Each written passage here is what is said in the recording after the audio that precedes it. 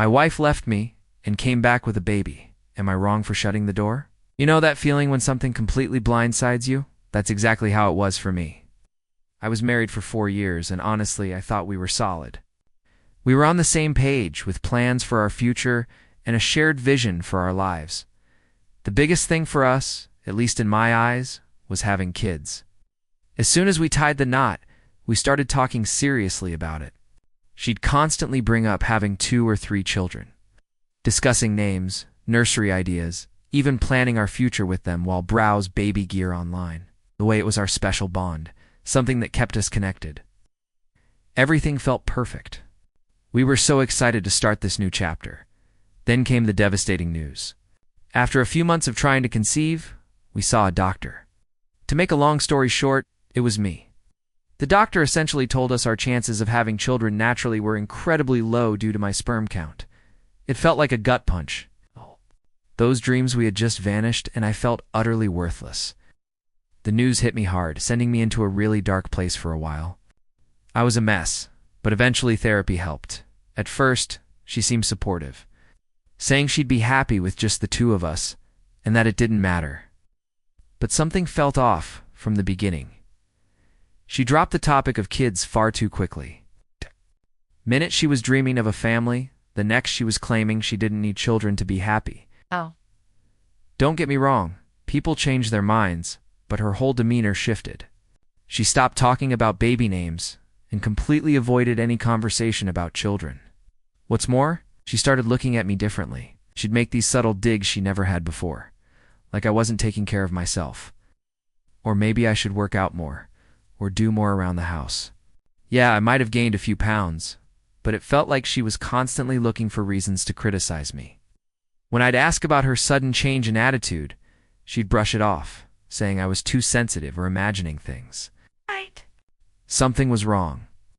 This wasn't the woman I married, the one who'd spend hours dreaming about our future with me. She wasn't overtly cruel, but there was a coldness. It's almost like she had mentally checked out and was just going through the motions. I guess over time I started to believe her when she said everything was fine. To avoid seeming needy or insecure, I stopped pushing. Anyway, after a few years, we were just coexisting. We'd fallen into a rut, rarely discussing anything meaningful. We felt more like roommates than husband and wife. Any attempts I made to talk about other options, like adoption or surrogacy, she'd immediately dismiss, saying she didn't want to consider them. I'm happy as long as we're together, she'd say. But I never truly bought it. She seemed more focused on convincing herself than me. Then, out of the blue, she announced she wanted to go on a girls' trip. She'd gone on trips with friends before, and I'd always encouraged it, so it wasn't unusual. She'd been talking about visiting America with her friends for a while, and we lived in Brighton. We'd built up years of trust, so I didn't think twice. I made sure she had everything, helped her pack, and drove her to the airport. I remember her last words before she left. "Thank you for being so supportive." She turned to me and she sounded so sincere. I dismissed it as her just being grateful. Even though I found it a little strange, she'd say that it's not like I'd done anything extraordinary. I stayed up that night, wanting to make sure she landed safely. Her flight was about 9 hours, so I kept myself busy around the house, watching TV, checking the time, waiting for her text. As soon as I saw her flight had landed, I called her to check in. The phone just rang and rang. I didn't think much of it, assuming she was tired and might have gone straight to her hotel and crashed. But by morning, I still hadn't heard from her. That's when a nagging worry started. Maybe she was busy, or her phone was on silent, I thought. I tried calling again, then sent a few texts. After a couple more hours of complete silence, I was officially freaking out. Finally, I called her sister to see if she'd heard anything. Nothing. By this point, I was truly panicking. I even called her friends who were supposed to be with her, hoping maybe her phone had died or she just hadn't had time to check in. But they weren't traveling with her. They were just as confused. When I called them back home, they were having coffee 2 streets away. It hit me then. She wasn't traveling with friends, wasn't on a girls' trip, and hadn't gone anywhere with anyone. She had just vanished. My stomach dropped. I sat there with the phone, unable to comprehend it. Why would she lie to me? Why wouldn't she tell me she was leaving? I tried to convince myself it was some kind of mistake. Maybe she missed a connecting flight or couldn't reach me due to an emergency. But deep down, I knew she had planned this. Her thank you for your support and the whole girls' trip scenario were all part of whatever she had cooked up. I was at a loss. It felt like a nightmare I couldn't wake up from. I didn't marry this person. I didn't even recognize her. Coldness. How she'd stopped talking about our future. And those little digs about my appearance and health, it all started to make sense. I simply hadn't noticed, or maybe I hadn't wanted to see, that she had been drifting away for a while. I just sat there looking at my phone that night, hoping for a call, a text, anything. But nothing came, and deep down, I knew it wouldn't. I remember waking up the next morning, staring at the ceiling, thinking it was all just a bad dream. But when I saw her side of the bed was empty, reality set in. She was gone. She packed her things and disappeared. The reassurances I'd given myself the previous evening that maybe she was late or her phone had died were no longer valid. She had clearly planned this and wanted to leave. For the first few days, I was in complete denial. I kept calling her phone, hoping to hear her voice, maybe get an explanation. I even left messages, half the time at a loss for words, but kept leaving them hoping she'd understand. But I only got silence, which strangely made things worse. It felt like I had been a stranger to her all along and was left to figure things out on my own. Without any clue what went wrong, her family was just as surprised as I was at first. They hadn't heard from her, and her mother knew nothing of her plans. Eventually, I visited them more times than I can count, trying to talk to her mother to get answers. They must have felt sorry for me when I couldn't bring myself to cook. Her mom would prepare meals for me and sometimes let me stay there. She'd sit there while I talked about all the tiny things that didn't make sense, trying to figure out how my life had suddenly become so complicated. And to be honest, there were times I was too numb to speak, just sitting in silence. I swung between rage, despair, and remorse. I'd constantly ask myself what went wrong. Was there a sign I missed? Was I not paying enough attention to her? Some days I'd replay all our arguments and conversations, trying to pinpoint what caused her to leave. I kept thinking about what I could have done better, how I could have saved our marriage. I know this sounds dramatic, but I was completely fixated on finding the solution, as if it would magically make everything better. I barely slept or ate, and my work started to suffer. People would notice and ask if I was okay, and I'd just say I was busy with personal matters. It was too embarrassing to say out loud that my wife had abandoned me without a word. Eventually, I told a few close friends, and they tried their best to distract me, taking me out and encouraging me to move on. But even with them, I'd still worry about her, wondering where she was and why I wasn't enough to keep her. The incessant questions from strangers, neighbors, relatives, acquaintances, and even former coworkers who'd heard I was married were, among the worst parts, "How's married life treating you?" "How's your wife?" they'd ask. It was like ripping off a fresh scab every time. I'd just smile and tell them everything was good because I didn't have the courage to tell them she'd left. But every time I uttered that lie, it felt heavier. The only thing that finally worked was therapy. I'd never gone before, but after a few months of barely functioning, I realized I couldn't handle it alone.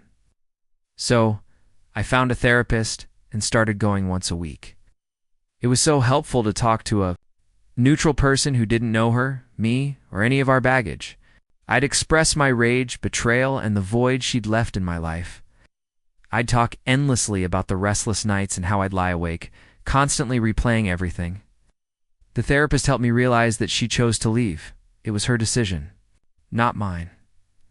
And there was no magical moment that would have kept her here. That was a tough pill to swallow. For a long time, I thought I was flawed in some way, which was why she had left me. But gradually, I started to see things differently. I had chosen to overlook her long-standing coldness and distance, assuming things would improve on their own. I convinced myself I could keep my composure and that our marriage could be saved by my own efforts alone. The realization that it wasn't on me was a relief. As time passed, I started to rebuild my life, little by little. It wasn't until she left that I realized how much I'd lost in our marriage. I had always been the one who tried his hardest to make sure she was happy and that our home life was comfortable. Although I had a lot of free time and wasn't sure how to spend it, so I started picking up old hobbies I'd forgotten about. I tried cooking new meals, went to the gym and started reading books I'd been putting off. Eventually, work improved too. I started feeling more like myself and putting more effort into my job. At first, I was just going through the motions, barely keeping up with my workload. But then I felt like I still had control over something in my life, which was one of the few things that gave me a sense of accomplishment. Although I'd always been good at what I did, I now gave it my all. The extra hours, the focus. I got a promotion because of it, something I never would have obtained if I had been moping about my problems. Even so, there were painful days. A picture, an old movie ticket stub, or other small items that brought back memories I tried to ignore would occasionally remind me of her. Looking at them, I'd question her actions, whether she ever thought of me, and whether she ever felt bad about what she had done. But gradually, those times started to fade. I was able to let go of those memories a little more quickly and move on a little more easily each time. Additionally, I reconnected with people I hadn't seen much of since getting married. We resumed our activities, including hiking and hitting the golf range, something I hadn't done in years.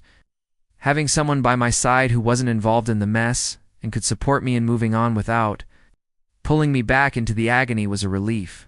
In hindsight, I saw that I invested far too much of myself in that relationship, in being her spouse. I felt like I had lost a significant portion of who I was when she departed, as if she had taken a piece of me with her. But I was rediscovering who I was, piece by piece. It wasn't quick or simple, but I was making progress. When I looked in the mirror at the end of that year, I was finally able to see someone who wasn't defined by her past actions. I wasn't just the man whose wife had abandoned him. I had rebuilt. I had survived, and I was stronger now. For the first time in years, I felt like I could truly live my life without her shadow looming over me. To be honest, I took pride in that. I believed I had moved on from everything after all that chaos. Life had at last begun to feel normal again, or as close to normal as it could be. My work was going really well, my friends kept me occupied, and I had my routine down pat. Even my daily thoughts about her had stopped. While I still occasionally had flashbacks to odd memories, it wasn't as frequent as it used to be. When she was somehow involved in every part of my existence, she was the last person I expected to see standing there when someone knocked on my door one Saturday morning. But there she was, with a baby at my doorstep. I went cold. It was like witnessing a ghost, and for a moment, my brain just stopped functioning. Though perhaps a touch worn down, she still looked like herself.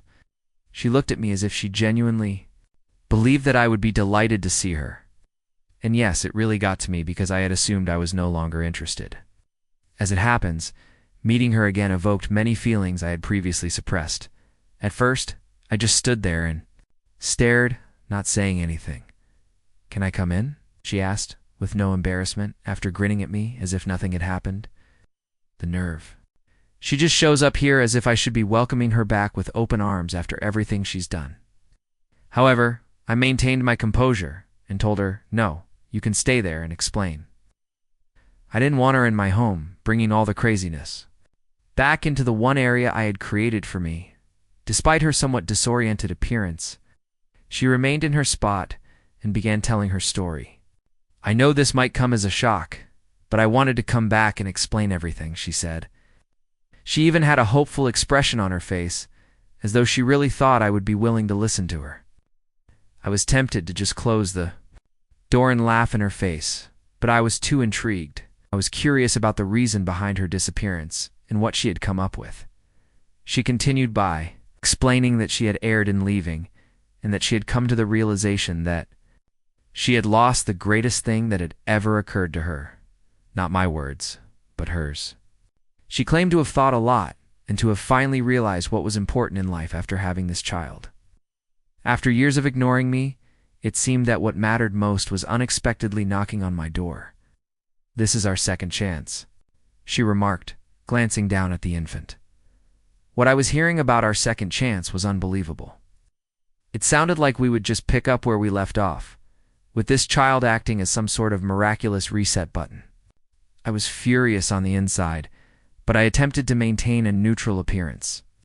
She continued by claiming she wanted us to be a family once more, and that although she had made a horrible mistake, we could now start over as just the three of us. One question that had been bothering me ever since she arrived was finally asked, "What made you go?" I tried to speak as steadily as I could, but I wasn't sure how much longer I could contain myself. Now that she was here, I needed to hear it. From her, since I had tortured myself with all the possibilities for years in an attempt to comprehend. After hesitating and glancing down at her feet as if embarrassed, she finally told me the truth, or at least what I thought it was. She acknowledged that she left because she wanted a child and had found someone who could provide one for her, because I couldn't. She honestly stated it as if it were insignificant, as though she hadn't destroyed my life, and as though I should just nod and take it as gospel. She clarified that although the man she had left didn't stay, she had already given birth and knew she wanted me back by that point. Simple as that. Easy. I paused to think about what she was saying. Here she was confessing that she had left me, fled with a man and had his child, and now expecting me to accept it as if I would simply forgive and move on. You went, met someone else, and had his baby, and now you think you can return and act as if nothing happened? I asked her. She broke down in tears and apologized for her terrible error. However, I was completely unmoved by that. She kept talking about how she knew we were meant to be together and that I was the person she really loved. To be honest, maintaining a straight face was difficult. She sounded so naive that I was shocked. Her expression was one of desperation, not love. And I could see it. She then attempted to guilt-trip me by talking endlessly about how difficult it had been for her to be a single mother. In fact, she attempted to paint herself as the victim in all of this, acting as though her decisions hadn't brought her to this point. She assured me she was prepared to work things out this time and that she wanted my help. I couldn't stop wondering, who does she think I am? I listened to it all as I stood there, but I had had enough. I told her bluntly, "You have to live with the decision you made a long time ago. There is no second chance here." She appeared astonished, as if she had never even imagined that I would say no, as if she truly believed she could simply saunter back into my life because it would suit her. Just when I thought she would finally understand and depart, she became irate. She became angry with me, accusing me of selfishness and demanding that I give her another chance to make amends. She said that she could have taken half of everything and divorced me at that time if she had so desired. She even had the audacity to remark that the house should still belong to her. I felt a feeling of relief as I realized that I was now seeing her for who she truly was, as if her true colors were being revealed in front of me. I didn't raise my voice or quarrel with her. "We're done," I simply remarked, glancing at her. "You finally have the life you've always desired. I no longer have responsibility for this." I cut off any last statements she might have had by closing the door in her face. I was struck with a peculiar sense of serenity as I stood there and heard her muffled screaming coming from the other side of the door. She might shout, knock, weep, anything. However, I knew I would never allow her to return. The woman I had married and loved was no longer with me. This stranger, who believed she could pick up the pieces whenever it was convenient for her, took her position. Feeling lighter than I have in years, I moved away from the door and took a seat. I believe that was it. After I shut the door behind her, I assumed she would understand and simply walk away. Instead, though, she began pounding on the door and shouting various things. The nerve seemed unbelievable to me. She had the gall to stand there and insist that I listen to her while I was in the one place that was truly mine. It's the only place. I had been able to recover from the disaster she had left me in. I initially considered ignoring it and letting her scream till she became weary. But then I started to wonder. I was curious to know what kinds of excuses she would offer this time. In order to let her know that I was paying attention, I slightly opened the door, but not enough to let her in. She appeared to be astonished that I hadn't given her the response she desired, as if she had just been slapped across the face. as if we were having a typical argument and not coping with her abandonment. She began a lengthy monologue in which she expressed her willingness to forgive me for closing the door on her and her want to start over. She went on and on about how, if we both worked hard, we could work things out. I was unable to contain my laughter at that moment. Dad. I actually laughed because this woman had more nerve than I had ever seen. When I did that, she appeared enraged, as if I should feel guilty. For not paying attention to her? You left, I informed her. You tossed everything away while you had the chance. I won't just act as though nothing occurred just because you want to. She began repeating things like, you don't understand how hard it was for me, as her cheeks flushed. She continued by talking about how she had been so lost after leaving and how she had discovered her error too late. However, I didn't believe it. I informed her that she had taken the decision to leave. She had plotted it, made up a falsehood about it, and then carried it out. Now her remorse meant nothing. She lost her temper at that point. Her entire tone shifted. She stopped the melancholy, repentant act and began to attack me, accusing me of unfairness and lacking the grace to give her another chance. In fact, she dared to declare, I could have taken everything from you back then if I'd wanted to. I could have stolen half of your possessions. I simply stood in awe. This woman who had abandoned me without saying anything now believed she should be compensated in some way for not attempting to defraud me, as if she should be commended for not being as awful as she could have been. I said to her, what the heck? Should I feel thankful that you simply left me without taking anything with you?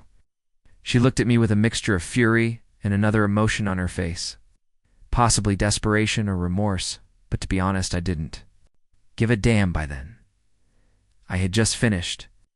That was where all the years I had spent questioning myself, feeling bad, and wondering if I was somehow to blame for her leaving vanished. I felt as though the burden I had been bearing was finally lifted when I saw her for who she truly was, but she wasn't finished. She began to pace my porch while complaining that I would regret not giving her another chance and that I would never find someone like her. In fact, by refusing to take her back, she attempted to make me feel as though I was the one who was missing out. It was strange, as if I should be pleading with her to stay. Here she was, the one who ruined everything we owned. She became louder and continued to complain about how I had forced her to leave in the first place. When she realized I wasn't going to back down, she said that none of this would have occurred if I had been more understanding about the entire kid situation. Her reasoning seemed to indicate that I had failed her as a husband because I couldn't conceive, which somehow excused her from leaving to have a kid with someone else. The mental acrobatics were amazing. To be honest, I was shocked that she was attempting to blame me for her decisions. I bluntly told her, look, you could have told me the truth if you really wanted a child when you were making plans to go. You didn't need to lie to me and act like nothing was wrong, merely gazed at me as if I had smacked her, with nothing to say in response. However, I prevented her from speaking. I continued by telling her, you have to live with the decision you made on your own. I have no problem with that. She made one final attempt, returning to her dejected expression, and urged me to consider the boy and how I was being unjust by ignoring him as if I were the bad guy. However, I wasn't buying into it. I don't know that child, I informed her. Not involved with him. You are not mine, and neither is he. That was the end of it. I could see her coming to terms with it at last. She was aware that I would never change my mind and that I would never allow her to return to my life. I could see the rage waning and being replaced by something else, either genuine regret or simply exasperation. However, I didn't care. She had attempted to walk all over me and expected me to smile and give her credit, but now she was simply a stranger. For a few more seconds, she stood there as if she was waiting for me to decide to call her back. I didn't say anything else, though when it finally hit her that I meant every word, I just stood there and watched her expression. I closed the door without giving it another glance. I didn't wait for her to hit me again this time. My heart, I knew that I had already made up my mind and that there was no turning back. I don't know, but I left the door with the impression that I had finally prevailed. It was over. Even though she had spent so much time hoping to return and use manipulation to get back into my life, I had freedom, neither for her nor for us. Was there going to be another chance? She was now only a memory, one that I had at last relegated to the past. I felt like I could breathe again after all those years of suffering and shame, and what do you know? It was pleasant. I felt a peculiar calmness come over me as soon as I shut the door behind her. I no longer felt sad, furious, or even astonished. It was as though all of the remorse, guilt, and incessant wondering that I had felt for her over the years simply disappeared. I was prepared to move on since I had at last found the closure I didn't realize I needed. This time, it was truly over. What happened next, naturally, though? Things didn't go as well as I had intended. Her mother texted me a few days later. She apologized, stating she was embarrassed by her daughter's handling of the situation, and that she had attempted to reason with her, but clearly it had failed. Her mother was a decent individual. She had been of great assistance to me since her daughter left, and I could see that she was truly distressed by the situation. Although I had nothing against her, I didn't want to be dragged back into that situation. I simply said, "Thanks for checking in," and that was my only response. I wasn't going to waste time justifying my choice, and I wasn't going to offer her mother any more information. She knew it was over because she understood. I learned tidbits over the course of the following few weeks via social media and mutual connections. She had apparently returned to living with her parents, and things weren't going well. The father of the child, the man she had left me for, had nothing to do with it. He had bailed out totally. She was left to figure things out on her own because apparently he hadn't committed for the long term. Few individuals were eager to help because she had essentially burned every bridge. Her former friends, who had supported me when she first vanished, didn't feel sorry for her. They weren't eager to get drawn back into her drama because they had all moved on. You can't hold them responsible. Her parents weren't too happy either. They didn't have enough money to sustain her and the child. I was aware of this since her father called me shortly after her mother texted me. Curiosity overcame me, and I nearly didn't respond. He mentioned that they were having financial difficulties, and implied that perhaps I could be of some assistance. He was courteous, but straightforward. He continued talking about the infant and how difficult things were for them, saying, "We know you cared about her once." I listened courteously, but I couldn't help but giggle a little. Not aloud, but you get the idea. When he began to explain that his daughter only needed a little help to get back on her feet, I politely informed him that his daughter made her own decisions, and that I was neither in a position nor in the right frame of mind to assist. Since he didn't pursue it further, I believe he understood the message. Her pals, whom I hadn't spoken to in years, began contacting me the next thing I knew. Some attempted to use the guilt angle, claiming that she was going through a difficult moment and that perhaps I could find it in my heart to give her another chance. She even had the audacity to say that the child needed a father figure and that I shouldn't allow my resentment to stand in the way of my efforts to assist him. However, I refused to back down. I refused to allow anyone make me feel guilty for making my own decision. At last, I had given that woman all I had after years of feeling inadequate, and she had tossed it all away. Save her. She should at least take responsibility for her decisions. The calls and messages gradually decreased in volume before ceasing completely. Everyone seemed to realize at last that I was serious, that I had moved on, and that I would not get ensnared again. That's when the true calm arrived. For the first time in years, my life seemed calm and normal. I had my friends, my job, and my routines. I had rebuilt my life on my own terms, so it wasn't a fancy, glamorous one, but it was mine. The irony is that I once again began to discover joy in the small things, which I had not given much thought to when I was married. I would read novels I had been meaning to read for years, cook my own food, and take walks. It felt good to be free, and I understood that I could live my life as I pleased, without anyone's approval. I wasn't always concerned about other people's happiness or approval. For once, I felt as though I had gradually regained my life. I occasionally encountered someone who knew us both, and they would inquire, "Hey, what happened with her?" I would shift the topic and respond in a succinct, courteous manner. I simply didn't want to keep going back to a chapter that was so obviously over.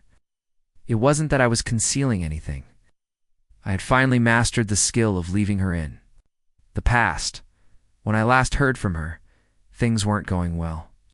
She was still jumping between her parents' house and friends' sofas after outstaying her welcome, and she was having trouble keeping a job. Every now and then, people I hardly spoke to would message me to say she was approaching everybody who would listen to seek for assistance. A few of them even implied that she hoped I might reconsider and decide to play father to her child after. All, however, that was not going to occur. I had invested too much time and effort into regaining my life to ever consider taking that route once more, simply because things didn't go as planned. I wasn't going to be her safety net or the person who picks up the pieces. Nothing was going to pull me back into that chapter. I was finished. Ultimately, I believe I received the necessary closure. She was now coping with the repercussions of her decisions, and me. It was the first time since the day she departed that I felt completely, truly free. I'd had enough of her looming over my life. I was happy that I had moved on, not in a grand theatrical sense, but quietly contented. And what do you know? That was sufficient. Thank you for watching. If you enjoyed this video, please remember to like, share, and subscribe. Hit the notification bell to stay updated with more shocking real-life stories. Have a wonderful day.